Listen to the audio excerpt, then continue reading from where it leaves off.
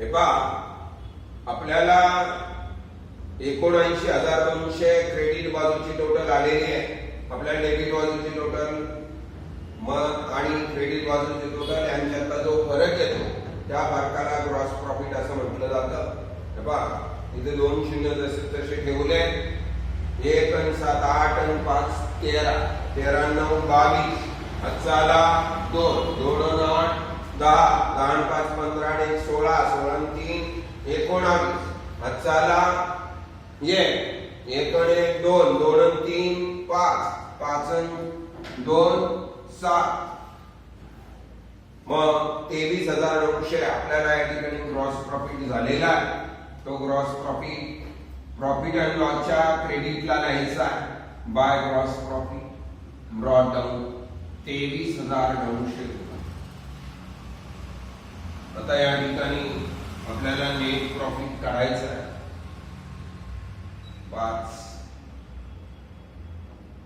5 आणि 5 10 18 हातचाला 1 9 1 10 10 2 12 2 14 14 हातचाला 1 आणि 3 4 4 आणि 1 5 हातचाला काही नाही 2 जसाच्या तसं 25,485 रुपये तुम्हाला क्रेडिट बाजूची टोटल आली.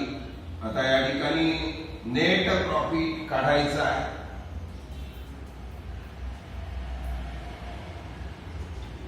तेव्हा या ठिकाणी 3 मध्ये किती मिळवले म्हणजे 5 होती 2 बरोबर. आता 4 आणि 5 9 9 मध्ये किती मिळवले म्हणजे 18 होती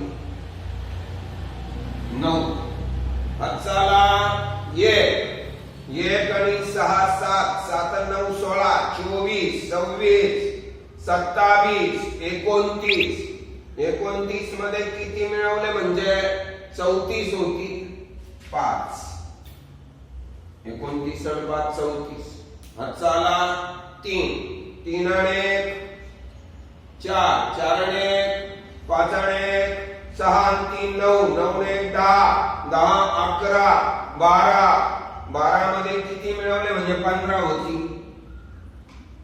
3 म्हणजे 15 हातचाला 1 एकामध्ये किती मिळवले म्हणजे 2 होती 1 म्हणजे 13,592 रुपये आपल्याला टोटल नफा झालेला आहे. या 13,592 रुपयाचे आपल्याला 8 भाग करायला सांगितले कारण 5:3 रेशो. मग एका भागाची किंमत 1,699 रुपये येते. म्हणून ज्याला 3 भाग द्यायचे त्याला 5,097 रुपये म्हणजे आरतीला 5,097 रुपये आणि 8,495 रुपये तुमच्या ऋणाला द्यावे लागतील. या दोघांची टोटल 13,592 येते का पहा.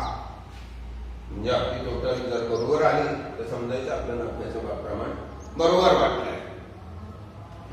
मग 8,495 by profit and loss account कंसात नेट प्रॉफिट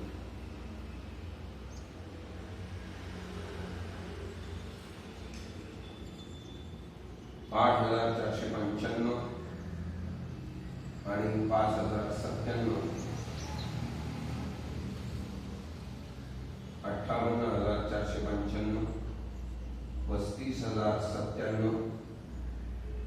आता 35,097 मधून 1,000 वजा झाले 34,097 आणि 58,495